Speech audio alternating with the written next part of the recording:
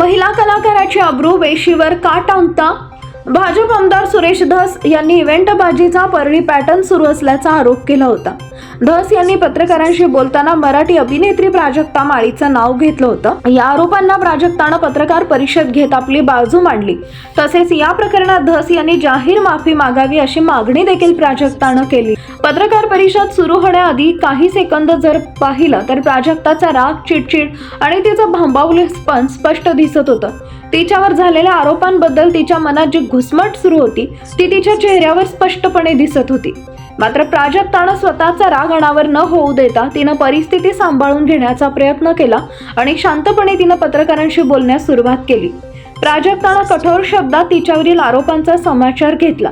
ती म्हणाली, माझ्याबद्दल आक्षेपार्ह विधान केल्याबद्दल धस यांचा मी निषेध करते. तुमचे राजकारण तुम्हाला लकलं. आपला TRP वाढवण्यासाठी कोणत्या थराला जातात? तुमच्या राजकारणासाठी आमच्यासारख्या महिला कलाकारांची अब्रू वेशीवर का टांगता? असा संतप्त सवाल करताना प्राजक्ताला अश्रू अनावर झाले.